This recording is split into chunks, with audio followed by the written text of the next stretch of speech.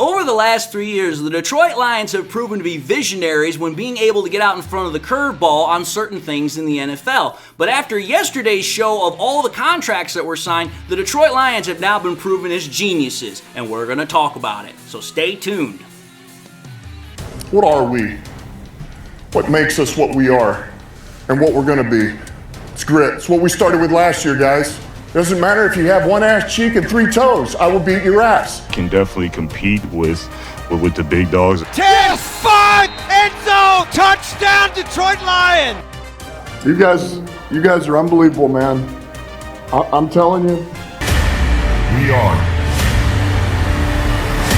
driven by Detroit. Hello, Detroit Lions fans, and welcome on back to yet another episode of MCM Motor City Mania. I'm your host, David T. Pike, and as always, we're diving on in. So if you guys haven't figured out by my expression, if you haven't figured out by my, demeanor, by my energy, I am absolutely hyped, I'm absolutely excited, and I'm absolutely happy. And we're going to talk about why I have this emotion in this episode. Because let's understand something here. If you paid attention to yesterday's news cycle around the NFL, you would know that there were a bunch of contracts that were signed yesterday by quarterbacks. And as such, it pretty much now means that the majority of all quarterback contracts are now done for this year. Unless, of course, the Cowboys literally goes cuckoo for Cocoa Puffs and pay Dak Prescott an exorbitant amount, but we're not getting into that. The point of the matter is that if you think about it, this offseason has been an absolutely ridiculous one in terms of the amount of money that has been spent not only on quarterbacks in general, but also on quarterbacks from the 2020 class. But let's talk about this in respect for the Detroit Lions here, because I'm just going to say this right now. When we take a look as Detroit Lions fans at what Brad Holmes has done with this team, he has always seemed to be 1 or 2 steps ahead of what is coming next in the NFL. Like, that man knows exactly when to damn well pounce and to get on stuff before it actually is going to become a problem. He knows how to get out in front of stuff. Well, think about it, folks. This offseason, going into the offseason, like I'm saying, there were multiple quarterbacks that had to find a way to either, 1, get new deals from their ball clubs, or we're going to have to get paid in free agency. Think about it. We had guys like Baker Mayfield, Kirk Cousins, Jared Goff, Tua Tagovailoa, Trevor Lawrence, Jordan Love, Dak Prescott. These were all guys that people were wondering, hey, what exactly is going to happen about these guys? When are they going to get their contracts? How are they going to get their contracts? What's the current amount of money that they're going to get? These were all contract questions that people were wondering because nobody had a damn answer for it. It was all speculation. Well, as we now know, the first 2 of those guys that got paid was Baker Mayfield and then Kirk Cousins. That got taken care of in the free agency period. Baker Mayfield re-signed with the Bucs. I think it was like a 3-year, $110 million contract or something like that. It was only like 30-something million per year. So a reasonable contract from the Bucs for Baker Mayfield.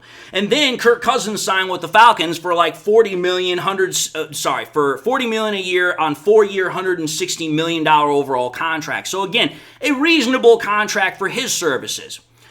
But until we actually got to Jared Goff, the actual mega deals didn't officially start actually happening. And this is why I'm saying that the Detroit Lions, Brad Holmes, Jared Goff, the whole lot of them are damn geniuses. They're visionaries. Because let's think about this, folks. Jared Goff was the first quarterback that got a mega deal before all the rest of them that have now currently signed. Well, what we're going to do in this episode is we're going to talk about how the Lions signed the contract when they did in comparison to the other contracts in regards to what those quarterbacks have done in relation to each other. Shows what I'm talking about, how the Lions are visionaries, how the Lions are geniuses, and why I can sit back and I can smile from ear to ear like the damn Joker and I can laugh my butt off. Let's take a look at this, folks. Jared Goff was the first quarterback to sign the mega deal, right? He signed his contract as a 4-year, $212 million contract. Of that contract, $170 million of it was guaranteed. He has a $53 million on average per year, and he got a $73 million signing bonus at the time of signing. That is a great contract for Jared Goff. First and foremost, it's a big reward for what Jared Goff has done over the last couple of years, but even furthermore, it is a great investment for Jared Goff because the Lions are saying, hey, we believe that you can take us into the future and win us a Super Bowl, that you can get us those championships that we're looking for. So it's a great vote of confidence for Jared Goff. It's a great overall situation for him. And that was a great contract. The problem is there were a lot of people, NFL analysts, there were also some people that were of our own fan base that thought Jared Goff was getting paid way too damn much. They thought that, hey, he's getting paid so much money that it's not reasonable. It's too much for what he's done or not done. So I was like, okay, here, let's keep this in perspective. If you think about what Jared Goff got paid when he got paid, who was the next quarterback that got paid right after him? That was Trevor Lawrence. Trevor Lawrence got a 5-year, $275 million contract, folks. $200 million of it was guaranteed. He gets $55 million on average a season with a $37.5 million signing bonus up front. Okay.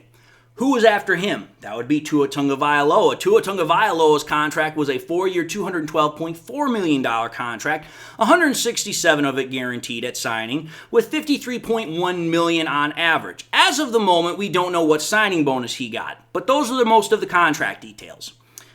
Then you take a look at Jordan Love's contract. Jordan Love's contract was a 4-year, $220 million contract, $155 million of it guaranteed, $55 million on average a year for $75 million given at signing for a signing bonus. Those are all the guys after Jared Goff. Trevor Lawrence, Tua Tagovailoa, and Jordan Love that all signed contracts. And every single one of those contracts means that they got more money than Jared Goff, either by quite a bit in terms of not only overall money, but also more in terms of average, either by a couple million or by just a little bit. But the point of the matter is they all got paid more than Jared Goff. Let's examine this, shall we? Let's do that comprehensive argument, that comprehensive deep dive that I am so well known for doing. Because let's analyze this. Let's take a look at this. Let's first and foremost take a look at Trevor Lawrence's contract and why this contract is a bad one. The issue with Trevor Lawrence's contract has been this. How can you justify paying a guy $55 million on average a year when coming into the NFL in 2020, he was considered a generational quarterback. Literally was heralded as the next generational quarterback. Anytime you heard Trevor Lawrence's name, that word in the draft cycles was always there. Generational, generational, generational. Everybody said the same damn thing about freaking Trevor Lawrence. He was a generational quarterback. Okay, well, let's think about this. How can a generational quarterback get paid what he's getting paid when he's been largely average ever since he's gotten into the NFL? Think about it, folks. There have been people that have brought this up before, but I'm going to reinforce it. His stats are damn near identical to Daniel Jones. Danny Dimes of the New York Giants. And Daniel Jones is arguably one of the worst quarterbacks, if not the worst starting quarterback in the NFL at this point. Think about this, folks. If you take a look at the 48 starts that both of these guys have together, Trevor Lawrence and Daniel Jones, take a look at their stats side by side. I'm going to put them up on the screen so that way you guys can see them. Trevor Lawrence, a 64 completion percentage rate. Daniel Jones has a 63 completion percentage rate. Trevor Lawrence, a hair over 12,000 passing yards. Daniel Jones, a hair under 12,000 passing yards. Trevor Lawrence, 66 passing touchdowns. Daniel Jones, 64. Trevor Lawrence, 53 interceptions. Daniel Jones, 54 interceptions. Trevor Lawrence, an 85.5 passer rating. Daniel Jones, an 85.4 passer rating. Trevor Lawrence's quarterback record as a starter is 20-28. Daniel Jones's is a 19-29. I'm just going to simply say it. The two are damn near mirror images of the other. That's what their stats pretty much tell me. There is very, very little separation between those two stats. So I gotta have to ask this question here. I seriously do. Daniel Jones got paid a 4-year, $160 million contract a couple of years ago. That was a pretty big deal a couple of years ago because it was a $40 million on average a year contract. Okay, Trevor Lawrence just got paid a freaking 5-year, $275 million contract, $55 million on average a year. Again, now tied with both Jordan Love and Joe Burrow as the highest paid quarterback in the NFL. Okay, so let me ask this question. Let me seriously ask this question. So, is Trevor Lawrence a bust, or is Daniel Jones a generational quarterback too? Just think about it. Like I said, coming into the draft process, coming out of the draft, everybody used the same damn word for freaking Trevor Lawrence. He is the next generational quarterback. But yet, like I said, his stats are damn near identical to Daniel Jones. So one of two things has to be true here. Either Trevor Lawrence is a bust, or Daniel Jones is a generational quarterback too. Because, I'm sorry, you can't have that kind of production from both guys be that damn near identical and be not willing to ask that question. Now, I know some people who might be Trevor Lawrence fans or they might be sympathizers or whatever are going to be asking, well, David, aren't you being a little bit too tough on Trevor Lawrence because he's playing for the Jaguars? No, I'm not being too tough. Let me ask you this question. Trevor Lawrence was called a generational quarterback. You want to know who also was called a generational quarterback when he came into the NFL? That was Peyton Manning. You want to know what Peyton Manning did in his first rookie year? He set the rookie record for interceptions. His team went 3-13. But by the time you know that Peyton Manning got about 3 or 4 years into his career, like Trevor Lawrence is, he was one of the best quarterbacks in the league. Ain't nobody looking at Trevor Lawrence like he's one of the best quarterbacks in the league, but he's one of the highest paid, if not the highest paid in the league, because of the fact that he makes $55 million on average a year. You seeing the problem with this logic right here? That's why I'm simply saying this contract is absolutely stinking to high heaven, and I hope the GM of the Jaguars, Trent Baalke, has a very, very high smell tolerance because this thing stinks to high heaven. It is a terrible contract because, I'm sorry, the Jaguars, they're not going to be competing for a Super Bowl this year. They're sure as hell not competing for one next year. So it's like you just paid all this money for a guy, and he's in essence Daniel Jones 2.0. He's just got a better set of hair. Call me wrong. But anyway, let's move off of Trevor Lawrence here for a minute. Let's go to Tua Tagovailoa here. Tua Tagovailoa, again, 4-year contract, $212.4 million per year. Okay, his contract is virtually almost the same to Jared Goff's contract. It's just a little bit more money and a little bit more per average per year. That's in essence it. The guaranteed money, Jared Goff got a little bit more guaranteed money. But again, it's virtually the same. What's the issue with Tua Tagovailoa here? The issue for him is that for the majority of his career, he's largely been a damn China doll for the Dolphins. He's missed a lot of games due to injuries, whether it's concussions, whether it's another myriad set of injuries, it doesn't matter. He has had a lot of injury problems in his very, very short career. In fact, it got so bad that there were people that were wondering if he was going to retire because he kept getting concussed. But that's not even the worst part of this deal. Think about this, folks. Last year was Tua Tagovailoa's first year starting without missing a game. But yet, in the entire time that Tua has been with the Dolphins, he's not won a playoff game, he's not won a division title. But yet, Tua Tagovailoa just got paid, in essence, the same amount as Jared Goff. Y'all want to try and explain that logic to me? Y'all want to try and explain why you would pay a guy the exact same amount almost as Jared Goff, but yet he's got none of the accomplishments that Jared Goff has? Please, somebody try and explain that to me, because that to me, again, is illogical, as Spock would say. And here's where it gets even worse. Prior to the Dolphins signing the contract that they gave to Tua Tagovailoa, they only had about $10 million in cap space. Now, signing that contract will free up some cap space, that's for sure. But again, you've only got $10 million or so left from this year. You are putting a lot of your financial resources that you have left, and you're not giving yourself a whole lot of wiggle room if you need to make emergency moves. This is a problem. especially when you have a team that is, in essence, it is putting everything it has into Tua Tagovailoa being able to somehow get you to a Super Bowl. And I'm sorry, the AFC is loaded with talented players and talented teams. The Dolphins do not come anywhere close to being able to take off teams like the Ravens or the Chiefs. It's not going to happen. But yet you just put all this money into Tua, and now you have very little money left in reserve. Yeah, Chris Greer, GM of the Dolphins. I think you need to go back to doing whatever it was you were doing prior to this, because this is another contract that stinks to high heaven and low hell. But this is not even the worst one. The worst one is the one that's coming right after it. And you Lions fans, you know I was going to talk about this one. It's the Jordan Love contract. Oh, I'm going to love tearing on this one. I really so am. Because let's think about this, folks. Let's think about this. Jordan Love just became tied with Joe Burrow and Trevor Lawrence. And what has Jordan Love done? He's not gone to a Super Bowl like Joe Burrow. He doesn't even have the multitude of years of experience that Trevor Lawrence has in comparison to himself. Jordan Love has one measly stinking year of starting NFL quarterback experience. And let's make it even worse for this contract. The Packers, in essence, paid Jordan Love all this money for only a half a season of elite production.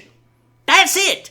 8 to 9 games of elite production, and they made him the highest paid quarterback per year, tied with Joe Burrow and Trevor Lawrence at $55 million per year for a half a season of elite production and one whole season of starting experience. Oh, and just to make this even better, Jordan Love, no division titles, no real major any accomplishments other than the fact that he has one playoff win. Now, granted, that was a great playoff win against the Dallas Cowboys. But you just made this guy the highest paid quarterback in the league, tied with two other clowns, and he's got one playoff win, no division titles, and only a half a season of elite play that would be actually worth paying him that much. Yeah, that sounds like crap to me too. Because I'm just going to say this. When we take a look at all these guys that got paid after Jared Goff and are now paid higher than Jared Goff, let's take a look at it this way. Ever since Jared Goff has joined the Detroit Lions in 2021, Jared Goff has a division title. The only other quarterback on the list that is after Jared Goff that got paid that's got a division title is Trevor Lawrence. That's it. So Jared Goff and Trevor Lawrence are tied in that regard. Okay, fine. Jared Goff has 2 playoff wins in this season that we just had alone in 2023. You want to know the rest combined, the other 3 quarterbacks that I've talked about, Tua, Trevor Lawrence, and Jordan Love? Oh, that's right. The rest combined out of the other 3 quarterbacks only have 2 playoff wins. So Jared Goff by his lonesome is combined together with the rest of the other 3 for the amount of playoff wins. And Jared Goff did that in one season, whereas the rest of them all together took however many seasons to accomplish this. Oh, and to finally finish it off, Jared Goff went to an NFC Conference Championship game with the Lions. The rest of the guys, big old goose eggs. None of them have been to a conference championship game as a starter. So Jared Goff won a division title with the Detroit Lions. He won 2 playoff games in a row with the Detroit Lions and got the Detroit Lions to a conference championship game.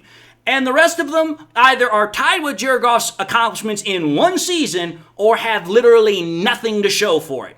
And yet they're all paid more than Jared Goff. Now, some people might think I'm mad about this, but au contraire, my friends, I'm actually happy about this, and I find it damn hilarious. Like, Joker smiling hilarious, because think about this, folks. Jared Goff in one season has accomplished more than the other 3 quarterbacks combined. And when you take a look at the statistical production from Jared Goff, the only quarterback that even comes close to matching him statistically is Tua Tagovailoa. I just talked about how bad Trevor Lawrence's stats are, so he's not even worthy of the conversation. Jordan Love only has 1 year of statistical production, so the only guy that's left is Tua Tagovailoa. But take a look at Jared Goff's stats since 2021. He has the 11th highest passing completion percentage. He has the 4th highest passing yards. He has the 7th most passing touchdowns. He has the 8th highest passer rating. Jared Goff has the stats along with the accomplishments and wins in the postseasons and titles that make him deserving of his contract. Whereas with Tua, all he's got is the stats. Yes, he's the third highest completion percentage rate of quarterback since 2021. He has the 11th most passing yards. He has the 10th most passing touchdowns. He has the fourth highest passer rating. That's great, grand, and glorious. But stats are one thing. You also need to have accomplishments, and Tua doesn't have any of them. No playoff wins, no division titles. So all of these clowns are getting paid more than Jared Goff, and they have got virtually nothing in comparison to Jared Goff to show for it.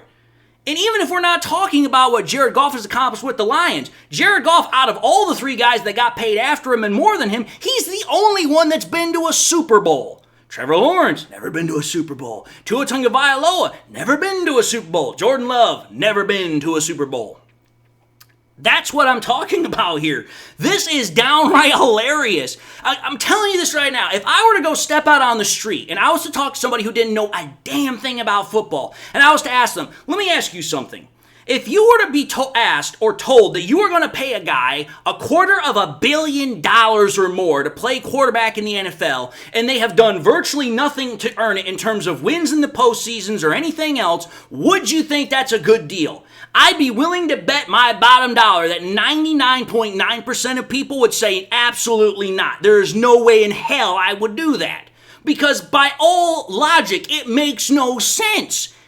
You're not going to pay a person that much money when they've done nothing to earn it. But yet that's what Chris Greer of the Dolphins did. That's what Trent Baalke of the freaking Jaguars did. And that's what the Packers GM did.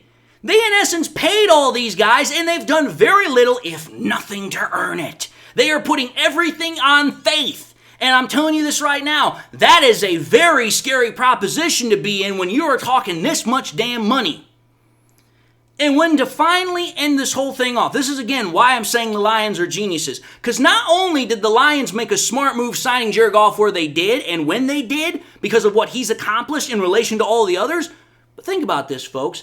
The Lions are still what? The 6th or 4th highest in the NFL right now in cap space?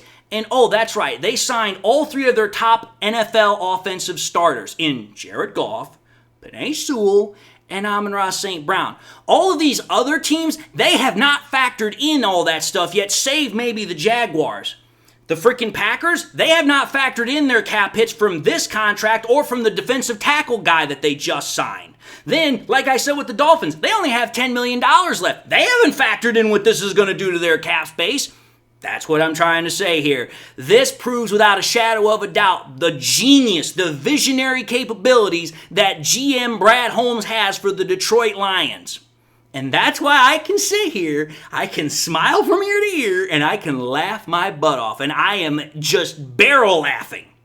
But anyway, folks, having said that, I'm going to end the episode and say thank you all for watching in another episode of MCM Motor City Mania. If you like what you saw, by all means, I highly encourage y'all to watch the next episode. Also encourage y'all to watch any previous content I pushed out. I also want to encourage y'all to please subscribe to the channel. It really helps me out. Whether you've subscribed in the past and you forgot to do so at the time, or you just subscribed and you not had a chance to do so, I also encourage y'all, make sure you hit that bell notification icon so that way you guys never miss any more content that I push out. Also encourage y'all, please, make sure you share the content with your Lions friends and family members. Share here on YouTube, share it on Twitter, share it on Facebook, share it anywhere and everywhere you can with everybody and anybody that you can. The more we share it, the greater the channel has the reach, the greater the channel has a chance to spread, and the more we can bring people in. And with that being said to everybody, I hope you all have enjoyed the content. Hope you all are having a great day. Hope you all got something that makes you happy, makes you smile. God bless. And until the next time we meet, I'll see you all in the next episode.